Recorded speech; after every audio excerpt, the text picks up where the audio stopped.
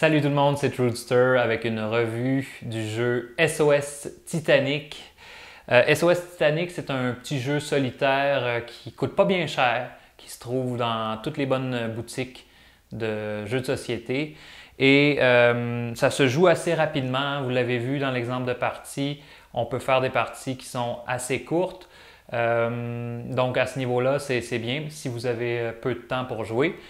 C'est un jeu qui est solitaire. Le design du jeu est fait pour être solitaire. Donc, c'est un jeu qui est fait pour être joué seul, mais qui peut tout à fait accommoder plus de joueurs. Bien, comme on le dit sur la boîte, d'ailleurs, comme vous le voyez, sur la boîte, on dit de 1 à 5 joueurs et 8 ans et plus, à peu près 30 minutes par partie. Je l'ai essayé à 3 joueurs, je l'ai essayé à 2 joueurs. J'ai pas eu la chance de l'essayer à 5 par contre. Mais je vous dirais que ça change la dynamique. À chaque fois qu'il y a un joueur de plus qui s'ajoute, il y a des options de plus qui s'ajoutent parce que chaque membre de l'équipage a ses propres pouvoirs. Donc comme ça ici, si on est capable de faire la mise au point là, génial. Donc chaque membre d'équipage a ses pouvoirs et tout ça, ça fait qu'il y a une grande dynamique qui s'installe autour de la table.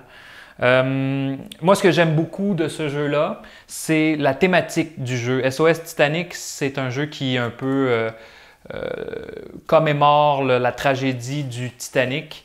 Et puis la façon que c'est fait, je trouve que c'est très représentatif de l'esprit, de comment ça a pu se passer à bord du Titanic lors du naufrage en 1912.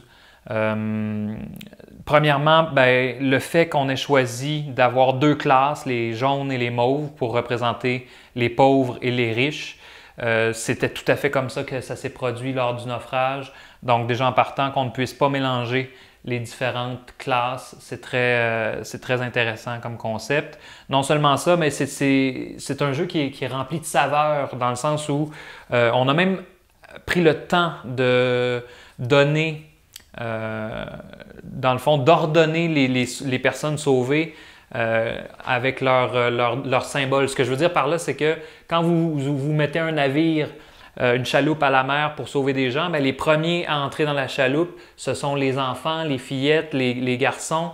Ensuite, ce sont les femmes. Puis seulement à la fin, quand on est rendu à la toute fin, là, dans les 17, alors là, on a des membres d'équipage qui se sont sauvés. On a des hommes qui ont réussi à trouver des places sur les navires, mais c'est effectivement ça qui s'est produit le soir de 1912 où le Titanic a coulé. Énormément d'hommes ont péri en laissant leur place aux femmes, aux enfants.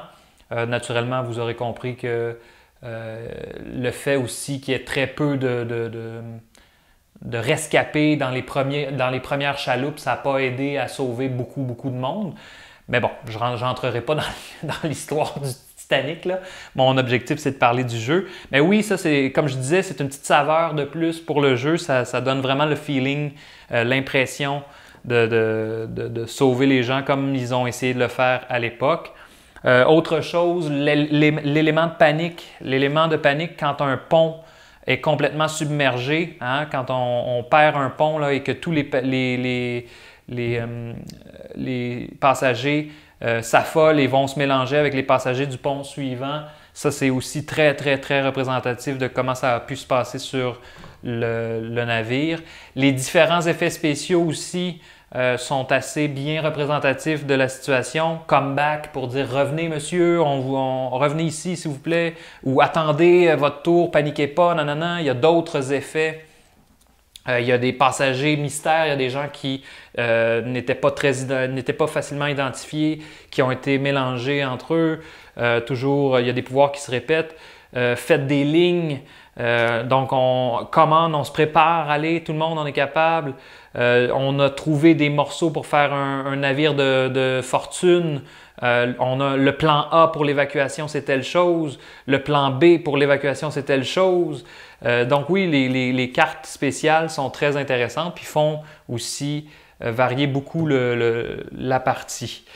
Cela dit, je vous dirais que comme c'est un jeu solitaire, de design solitaire, quand on est en coopération à plusieurs joueurs, c'est vrai que des fois ça cloche un petit peu. Il y a des combinaisons de personnages qui sont plus difficiles à jouer que d'autres.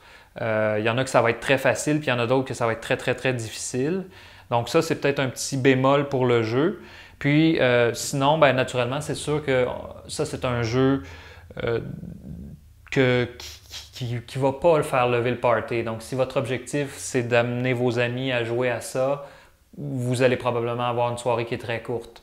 Le niveau de plaisir qu'on reçoit d'une partie comme ça, c'est pas immense. Surtout en groupe, là, c'est bien, mais j'ai pas trouvé que c'était le jeu le plus excitant au monde. Donc moi, personnellement, je le trouve bien coté pour un jeu de un joueur, mais à plus de un joueur, l'expérience de jeu est pas fabuleuse. Donc, pour les gens qui aiment beaucoup faire des petits jeux de patience tranquillement chez eux, qui en ont marre de leur iPad ou de leur iPhone, puis qui veulent essayer quelque chose de nouveau, je vous le recommande. Sinon, laissez tomber pour du jeu coopératif, là, ça ne fera pas lever la soirée, ça c'est certain. Donc voilà, c'était ma revue sur SOS Titanic.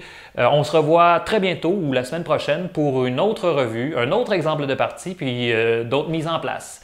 Donc on se dit à la prochaine. Bye bye!